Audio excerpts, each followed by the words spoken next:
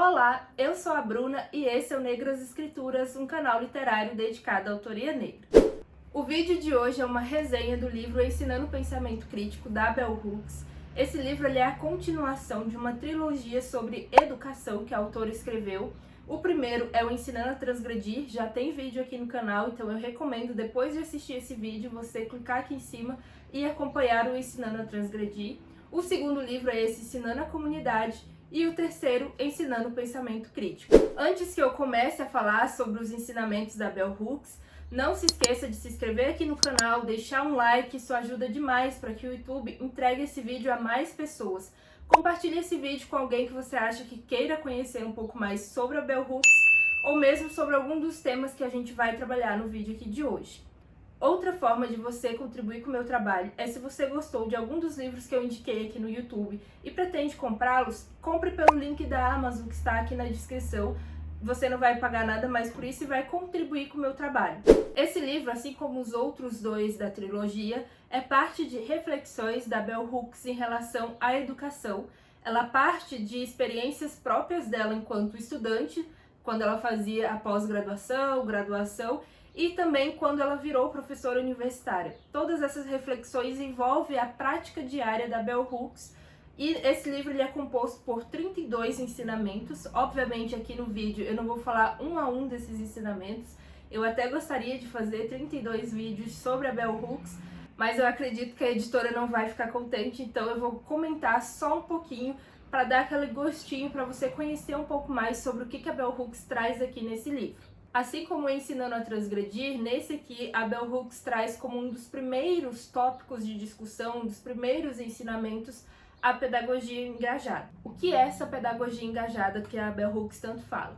Ela fala que é uma pedagogia em que o professor reconhece que ele e os estudantes que participam desse processo de ensino-aprendizagem e também qualquer outra pessoa que está ali no ambiente escolar e interfere nesse processo de ensino-aprendizagem são sujeitos completos que precisam de ter sua voz ouvida, compartilhada, sejam vistos num pé de igualdade. O que a Bell Hooks está chamando a atenção? Que na educação tradicional, geralmente a gente tinha aquela ideia de que o professor era o superior e o aluno estava naquela posição de inferior. E não havia um diálogo diretamente, não havia um diálogo em posições de igualdade. O que a Bell Hooks está chamando a atenção com isso? Ela está chamando a atenção para que o professor se reconheça enquanto um sujeito nesse processo e que não passe a agir de forma mecanicista e que reconheça também a importância das emoções, a importância de entender o porquê que aquela pedagogia está dando certo, por que está dando errado, o que a turma tem, outras formas de entendimento. Quando enxergamos a sala de aula como um lugar onde professores e estudantes podem compartilhar sua luz interna, temos o caminho para vislumbrar quem somos e como podemos aprender juntos. Então essa é a ideia da pedagogia engajada, de que tanto professores quanto alunos estão engajados nesse processo de ensino-aprendizagem porque eles se sentem confortáveis nessa comunidade escolar que foi criada, estabelecida laços de confiança e laços de interação. E o primeiro ensinamento que a Bell Hooks traz nesse livro é o pensamento crítico. O que seria esse pensamento crítico? Para a autora, o pensamento crítico é justamente o sujeito ser capaz de entender o que aconteceu, quando aconteceu, por que aconteceu. Não é meramente uma educação que a gente tinha de uma forma tradicional de decorar as coisas. A Bell Hooks chama atenção também que o pensamento crítico ele não é um processo finito. A gente não consegue, hoje eu dou uma aula e ensinei o que é pensamento crítico, amanhã as crianças, as pessoas que participaram dessa aula já entenderam o que é e estão colocando em prática. Ela sempre vai nos dizer que o pensamento crítico ele é um processo interativo, ele sempre continua acontecendo. Dessa forma, o compromisso educacional dos professores é justamente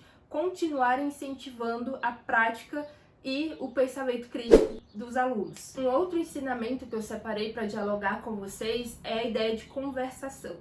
Durante todos os textos da Bell Hooks, como ela é muito influenciada pelo Paulo Freire, pelo pensamento feminista, e ela tem uma posição própria de educação libertadora, ela escreve sobre a importância do diálogo, sobre a importância de uma conversa, em que a sala de aula não seja um lugar somente para que os professores transmitam o conhecimento. Isso porque ela chama muito a atenção de que a sala de aula tem que ser um lugar em que todas as vozes são ouvidas.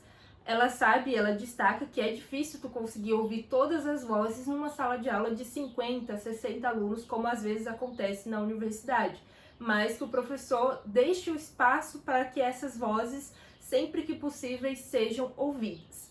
Esse processo é um processo poderoso de abertura para que os indivíduos acessem o conhecimento. Então a gente tira aquela barreira inicial, eu, produtora do conhecimento, eu sei e vocês não sabem, para um lugar de diálogo em que as pessoas tendem a compartilhar as suas experiências.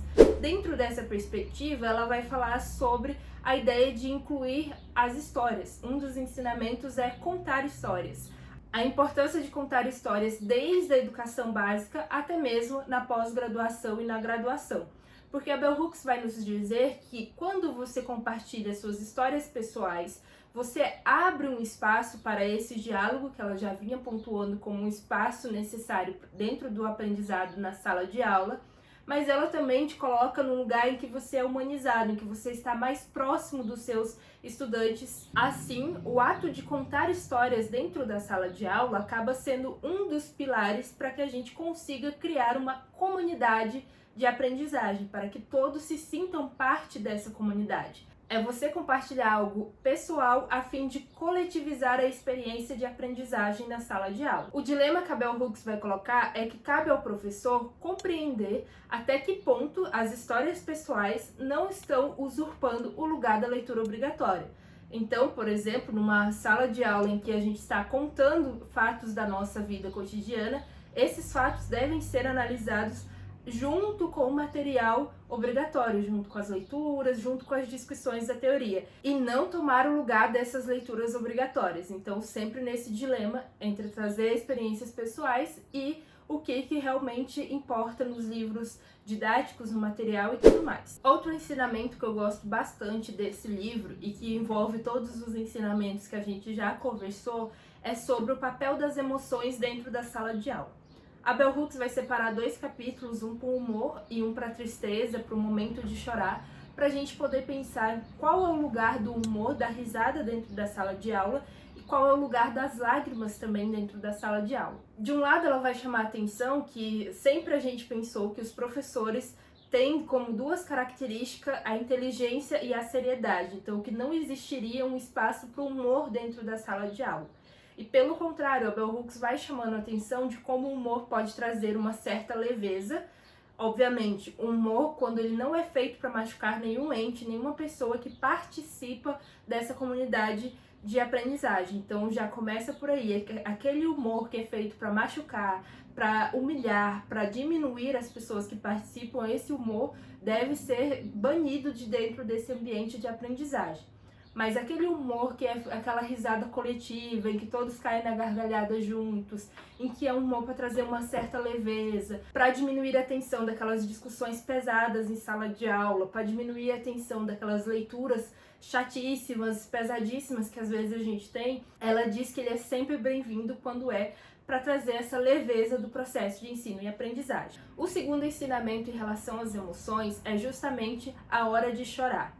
A Bell Hooks traz essa ideia justamente para a gente pensar na humanização de todas as pessoas que participam dessa comunidade de aprendizagem que ela está falando, mas também da gente compreender que, dados assuntos que a gente discute em sala de aula, são assuntos extremamente pesados e que os alunos vão cair no choro, como, por exemplo, quando ela está falando em relação a preconceito racial, a violência racial nos Estados Unidos, tende que os alunos afro-americanos caiam no choro. Então ela fala muito sobre isso, de que é necessário nesses momentos deixar as lágrimas caírem, deixar com que os alunos se emocionem, para que a gente entenda o lugar dos nossos sentidos e emoções dentro da sala de aula, dentro desse processo de aprendizagem. Que a gente não pode impedir que as emoções façam parte do processo de ensino-aprendizagem. O que ela quer dizer é que a gente tem que dar uma equilibrada no momento de rir e no momento de chorar. esses dois momentos, as emoções, elas têm que fazer parte também do processo de ensino-aprendizagem,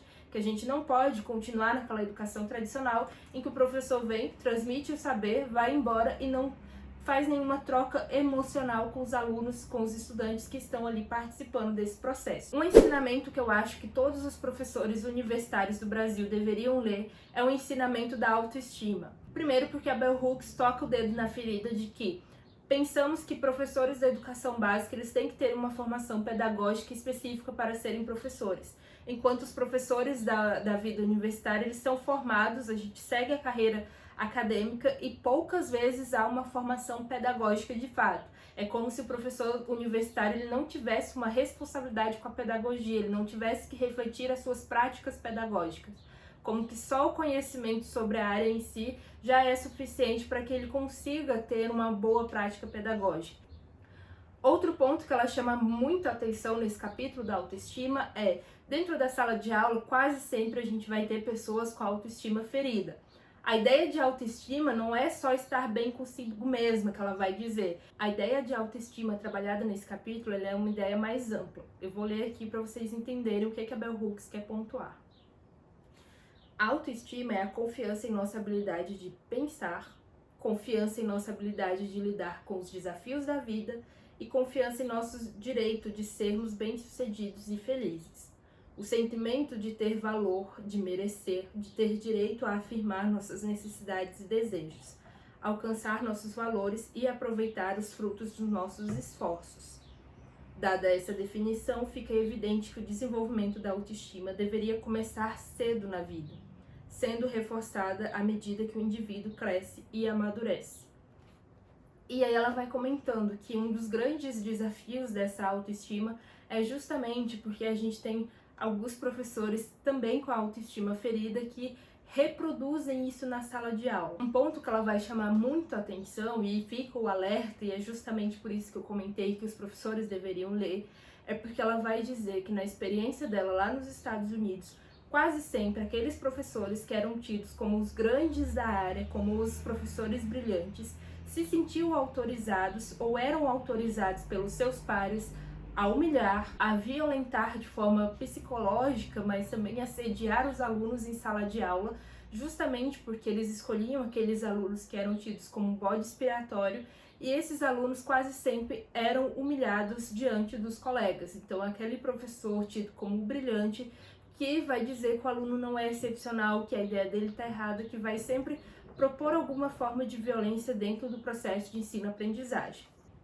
E assim, nesse capítulo, ela chama a atenção para que o professor é um dos responsáveis a entender o papel da autoestima na sala de aula, a entender como esse processo de ferir a autoestima dos alunos torna-se um grande obstáculo no processo de ensino-aprendizagem, da mesma forma que se o professor reconhece, entende que a autoestima é importante no processo de ensino-aprendizagem, ele trabalha para o crescimento psicológico, para o desenvolvimento da autoestima desse aluno. O que ela quer dizer não é que o professor vai sair por aí distribuindo elogios à torta e à direita. Não, ele vai identificar os valores, as potencialidades daquele aluno e vai incentivá-lo, vai mostrar o caminho, vai guiá-lo nesse processo de crescimento, de fortalecimento da sua autoestima e crescimento psicológico. Obviamente, ela destaca que quando esse processo ele afeta diretamente a vida desse aluno, coloca ele em risco, os professores e as outras pessoas, parte dessa comunidade, deve ajudá-lo a buscar ajuda sempre que necessário, a buscar ajuda psicológica, todo um suporte para proteger a saúde mental desse estudante. E para finalizar, eu não poderia deixar de falar do capítulo do ensinamento que ela fala sobre o prazer da leitura, a partir da experiência dela desde criança, em que o pai incentivava muito a leitura, sempre tinha livros em casa e tudo mais, justamente porque o pai entendia que o acesso à leitura era uma coisa que poderia ser tão emancipadora quanto o acesso a diplomas, o acesso à educação formal. E a própria Bell Hooks vai destacar o prazer da leitura como um espaço, um processo de criação, um processo de imaginação. A leitura, ela vai dizer que cria uma parte, uma responsabilidade dos cidadãos de serem críticos. Então ela vai trazendo a ideia também de que não é aquela leitura simplesmente pelo processo, pelo saber ler, mas uma leitura crítica, uma leitura que consiga fazer uma reflexão sobre a sociedade. E justamente por isso ela vai destacar que os professores, em todos os níveis educacionais, são responsáveis por demonstrar aos alunos a importância da leitura, por incentivá-los a ler e justamente por mostrar esse lado mais crítico da leitura, uma leitura que compreenda todas as questões de poder, as questões sociais envolvidas nessa leitura. E claro que ela chama a atenção da leitura por prazer, daquela leitura que incentiva, que convida a imaginação e que faz com que os leitores conheçam outras culturas, façam viagens sem sair do lugar. Esses foram os ensinamentos que eu separei para a gente conversar nesse vídeo. Se você gostou de algum ensinamento específico, deixa aí nos comentários. Se você já leu o livro e tem outro ensinamento que você gostou, deixa ali nos comentários também. E a gente se encontra no próximo vídeo aqui do Negras Escrituras. Até a próxima!